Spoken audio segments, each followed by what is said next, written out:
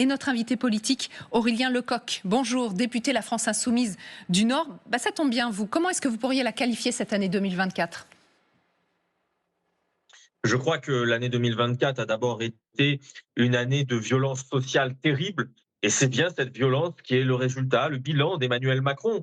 La réussite d'Emmanuel Macron en 2024, c'est peut-être d'avoir réussi à battre le record du plus grand nombre d'entreprises fermées en un an, par exemple, avec 66 000 personnes. On est aujourd'hui encore au moment des fêtes de fin d'année. Et ces fêtes de fin d'année, elles ont été très cruelles pour des milliers de gens.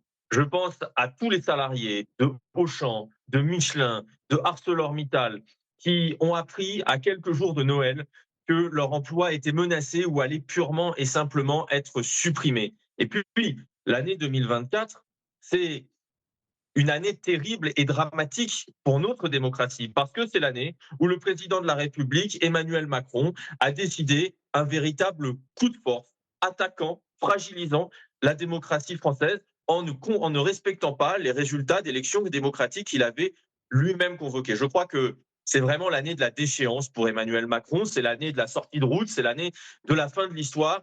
Il faut que cette année se tourne pour les Françaises et les Français, mais pour tourner la page 2024, il faudra que le président de la République s'en aille. Voilà, on a bien compris votre objectif pour 2025. Christine Claire, vous, si je vous demande de tirer un bilan de cette année 2024, qui serait... Écoutez, elle est très contrastée. Chaque emploi perdu, c'est une tragédie, évidemment. Simplement, bon, le taux de chômage est quand même si ça remonte un peu, il est quand même moindre que ce qui fut dans les années passées. Et ensuite, il y a eu quand même des moments de solidarité nationale et de joie. C'est vrai que la réouverture de Notre-Dame et les JO, ça a été des moments absolument magnifiques. On ne peut pas les oublier. Alors après, on prend conscience du fait que nous sommes finalement un petit pays. Nous ne sommes plus une grande puissance. Et chaque fois, ça nous humilie, ça nous chagrine énormément, surtout si les conséquences sont des pertes d'emploi et des pertes de compétitivité. Mais on peut pas ne voir que tout en noir, même si pour chaque personne qui souffre, c'est noir, bien sûr. Et on peut leur dire notre solidarité et l'espoir qu'on arrive à les tirer d'affaires et à créer des nouveaux emplois. Mais enfin, moi, mon souci, c'est surtout notre niveau d'éducation. Parce que là, on est 19e ou 20e, l'Occident. On a des enfants qui arrivent en classe terminale sans savoir lire ni écrire. Et on ne pourra pas s'en tirer si on ne commence pas par redresser ça. Exactement, ça commence par là. Emmanuel Macron va devoir ce soir tirer le bilan de 2024. C'est comme ça que ça se passe chaque année. Le bilan puis les perspectives pour 2025. Dans ce bilan, il va devoir revenir sur la dissolution, selon vous, alors qu'il l'a fait il y a quelques jours lors de sa prise de parole juste après la nomination de François Bayrou. Oui, mais l'explication que le président de la République avait donnée n'a pas été très convaincante, puisqu'il a dit oui, c'est vrai, c'est une décision qui n'a pas été comprise, mais il fallait redonner la parole aux Français. Mais les Français ne comprennent pas très bien, puisqu'ils venaient de l'avoir justement aux élections européennes. En même temps, est-ce qu'il peut faire un mea culpa, puisqu'il a déjà dit que c'était de sa responsabilité? Est-ce qu'il peut dire « je me suis trompé » ? Certainement pas, parce qu'à ce moment-là, il perdrait toute crédibilité. Ce serait un aveu de faiblesse terrible. En même temps, il est obligé de l'évoquer et surtout de changer de posture. Puisqu'il n'est plus le président qui, l'an dernier, disait « attendez, on a pris les bonnes décisions ». Il n'avait pas été réélu si longtemps auparavant, en 2022. Soyez plutôt patience, c'est ce qu'il annonçait, ça va venir. Là, on a eu une césure dans l'année, que ce soit au niveau économique, politique, social, avec la dissolution. Donc il ne peut pas faire l'impasse, mais en même temps, il peut peut-être se présenter différemment, comme le président qui est le garant des institutions, c'est sa fonction, et peut-être une des portes de sortie serait de parvenir à dissocier sa personne, qui subit beaucoup de ressentiment, de sa fonction qui est gage de stabilité, puisque tout le monde est conscient que la France ne s'en sortira pas sans stabilité. La stabilité, c'est le président de la République qui l'incarne. Qui l'incarne forcément. Justement, on va partir à l'Élysée. Bastien Auger, vous êtes devant le palais présidentiel déjà. Est-ce que vous avez quelques informations sur cette allocution ce soir? En tout cas, ce sera une allocution un peu particulière, puisque pour la première fois, Emmanuel Macron va présenter ses vœux alors qu'il n'a plus le pouvoir. Oui, et c'est la raison pour laquelle ses proches nous expliquent que ce soir, ce sera des vœux d'un genre nouveau. Ce sera, selon ses proches, toujours plus les vœux d'un président garant que d'un président gouvernant. Fin de citation. En d'autres termes, ne vous attendez pas ce soir à ce qu'Emmanuel Macron fasse lui-même des annonces sur le budget, sur les retraites ou encore sur les impôts. Non, ça c'est désormais pour François Bayrou, le Premier ministre, et son gouvernement. Lui, le chef de l'État, veut prouver qu'il prend du recul et de la hauteur. Même si, forcément, il est attendu ce soir, le président de la République, sur son rôle, ses décisions déjà au cours de l'année écoulée, décisions parfois contestées, comme celle de dissoudre l'Assemblée nationale ou de nommer Michel Barnier puis François Bayrou Premier ministre au nom de la stabilité. Et justement, ça va être l'un des enjeux ce soir pour Emmanuel Macron.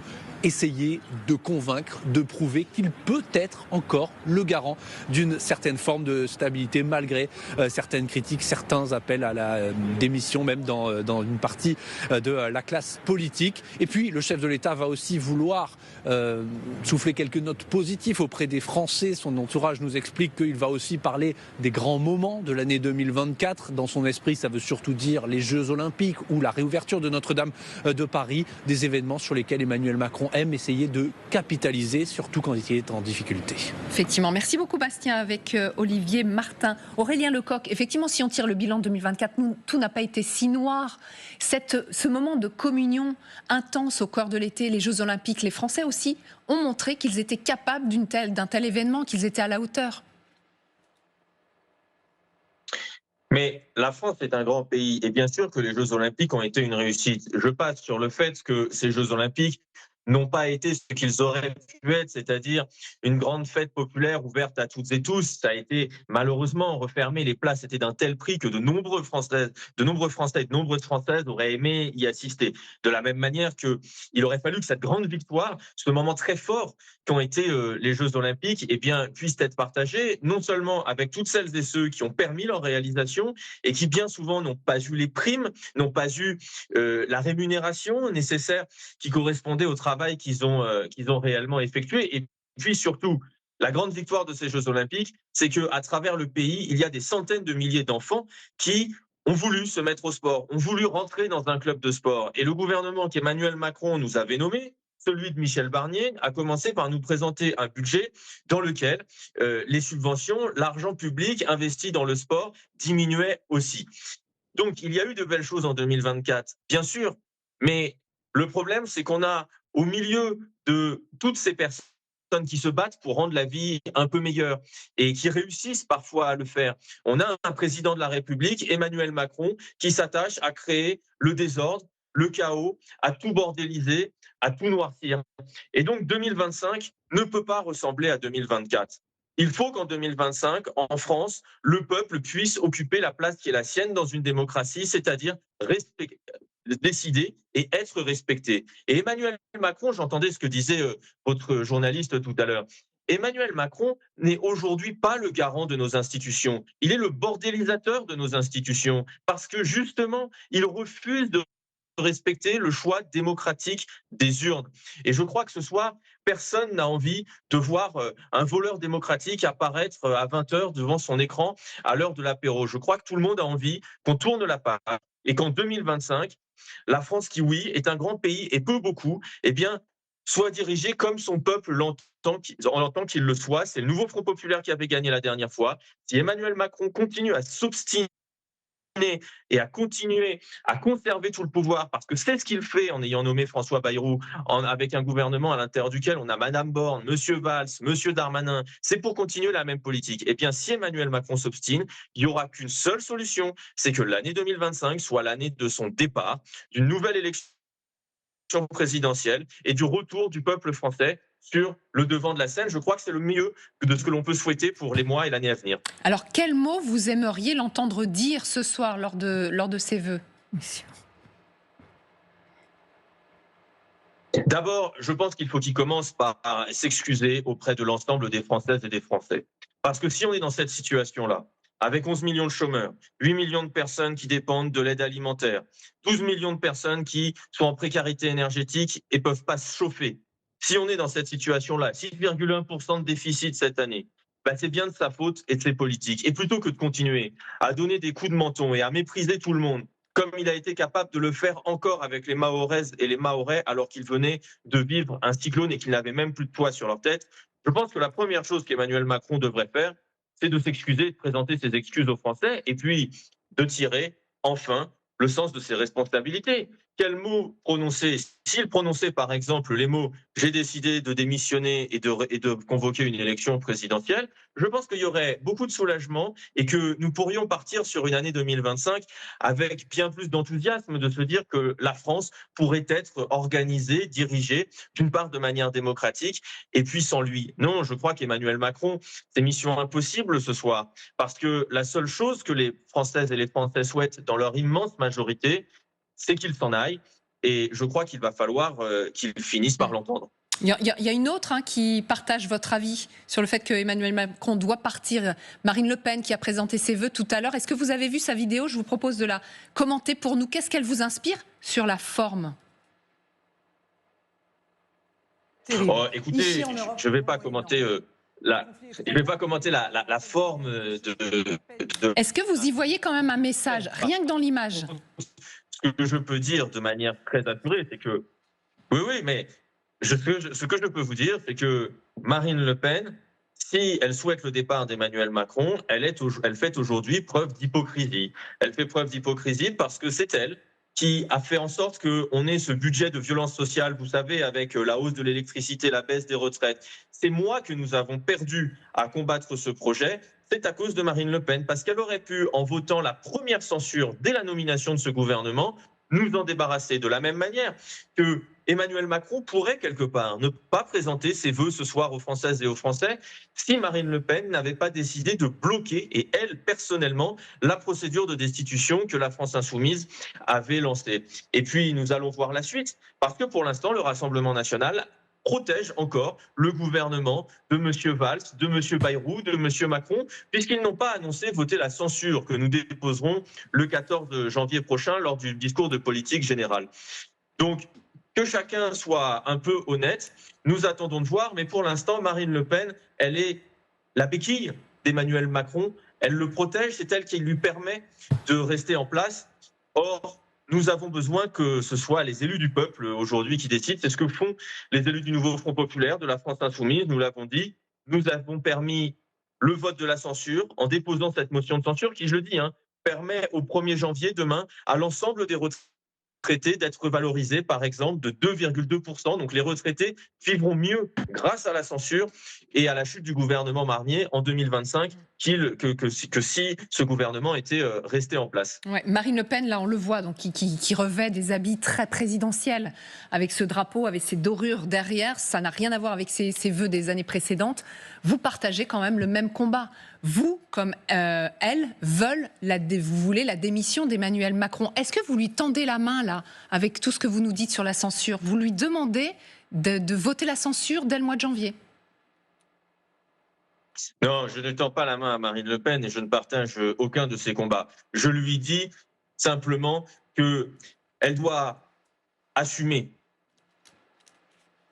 son hypocrisie si elle refuse de censurer le gouvernement de Macron. Qu'aujourd'hui, il va y avoir le 14 janvier prochain que de camps. Soit on se situe dans l'opposition à Macron, soit on refuse leur politique de violence sociale. Et alors oui, puisqu'il n'y a pas de vote de confiance, il y aura un vote de défiance, c'est la motion de censure. Donc toutes celles et ceux qui veulent se débarrasser de la politique d'Emmanuel Macron devront voter cette censure. Toutes celles et ceux qui n'ont pas confiance dans François Bayrou devront voter cette censure. Sinon, c'est qu'ils continuent à protéger le gouvernement, qu'il continue à protéger M. Macron et les intérêts des financiers. Nous verrons bien ce que fait Marine Le Pen à ce moment-là. Pour l'instant, depuis le début du mandat, depuis juillet dernier, ils ont plutôt eu tendance à protéger Macron plutôt qu'à régler le problème. Je le dis, vous me dites, Marine Le Pen souhaite une élection présidentielle. Alors pourquoi Marine Le Pen a protégé Emmanuel Macron en refusant de voter la procédure de destitution? Pourquoi elle-même, lors de la conférence des présidents à l'Assemblée, a empêché l'Assemblée nationale de pouvoir avoir ce vote sur la procédure de destitution? Si Marine Le Pen était du côté du peuple, si elle respectait ses électeurs, le problème aurait déjà pu être réglé. Si nous sommes dans la situation aujourd'hui que nous connaissons, si nos pères mois après mois, du temps pour changer la vie des gens. C'est parce que Marine Le Pen a passé ces derniers mois à protéger le président de la République, Emmanuel Macron. Alors, on verra quelles sont les bonnes résolutions des uns et des autres pour 2025. En tout cas, soyez-en sûrs, du côté de la France insoumise, nous ne trahirons jamais nos électeurs et nos électrices. Nous ne trahirons pas le peuple français. Et leur faire honneur cette année, c'est faire en sorte qu'Emmanuel Macron dégage, faire en sorte qu'Emmanuel Macron s'en aille. Donc nous redéposerons la procédure de destitution autant de fois qu'il le faudra. Il y a toujours une pétition sur macron-destitution.fr qui est en ligne. Nous vous renverserons le gouvernement de M. Bayrou, dont personne ne veut, qui est un gouvernement illégitime, d'usurpateur, qui ne devrait pas être en place aujourd'hui, pour qu'enfin on puisse revenir aux urnes et que les Françaises et les Français tranchent. Et j'en suis absolument certain et convaincu, s'il y a une élection présidentielle demain, oui, nous sommes en capacité de l'emporter et de la gagner parce que je crois que les Françaises et les Français ne veulent ni de la violence sociale d'Emmanuel Macron, ni de la haine et de la division de Mme Le Pen. D'accord. Alors, à part cette demande de démission du président de la République, quelles sont vos résolutions de 2025 à vous ? Nos résolutions de 2025, en tout cas, si vous parlez de la France insoumise, c'est de continuer à étendre, je crois, le mouvement qui est le premier mouvement d'intérêt général et d'utilité publique. Nous nous préparons donc, effectivement, à être en capacité de gouverner. La France insoumise, vous le savez, a entamé la mise à jour de son programme, qui devrait être prêt dans les semaines qui arrivent, la collecte des 500 parrainages, et puis, surtout, est à l'action partout dans le pays. Par exemple, sachez que les Insoumis passent une partie de leurs vacances à organiser des collectes de solidarité pour Mayotte, ont organisé des collectes de jouets pour celles et ceux qui ont du mal à pouvoir faire des cadeaux à leurs enfants. La France Insoumise est un mouvement qui est utile au quotidien et qui prépare sérieusement la capacité de remporter les élections et d'exercer le pouvoir. Et quand on écoute François Bayrou, depuis Mayotte, hier soir, qui dit qu'il veut, pour cette année 2025, réconciliation et action. Ce sont deux mots que vous partagez avec le Premier ministre. Vous ne pouvez qu'être d'accord ? Mais je crois que si l'on veut la réconciliation, comme il le dit, alors dans ces cas-là, il faut appliquer le programme qui est majoritaire dans le pays. La réconciliation, c'est l'abrogation de la réforme des retraites. Parce que 93% des actifs dans ce pays souhaitent l'abrogation de la réforme des retraites. La réconciliation, c'est l'augmentation des salaires.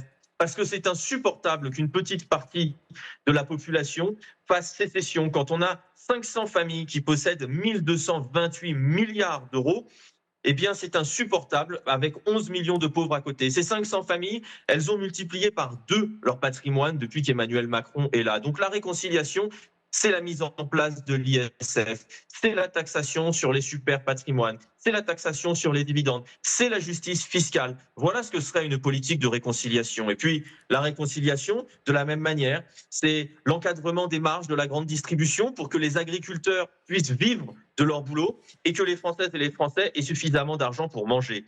Eh bien, je crois que François Bayrou devrait mieux prendre ses résolutions, c'est-à-dire faire appliquer le programme du nouveau Front populaire, puisque c'est celui qui a remporté les élections et qui est un programme d'union populaire pour fédérer l'entièreté du peuple, plutôt que de continuer à défendre la petite caste qui s'en met plein les poches et qui, oui, aujourd'hui, bien souvent, fait sécession par rapport à la République, par rapport à l'intérêt général, lorsqu'ils refusent, par exemple, de payer leurs impôts, de contribuer à l'éducation, de contribuer au bon fonctionnement de nos hôpitaux. Je crois que si nous voulions avoir la réconciliation dont il parle, le plus efficace serait que demain, il puisse y avoir un gouvernement du nouveau Front populaire. Merci beaucoup Aurélien Lecoq d'avoir répondu à nos questions cet après-midi. Merci Christine Claire et Marie-Ève Malouine pour les analyses. On rappelle donc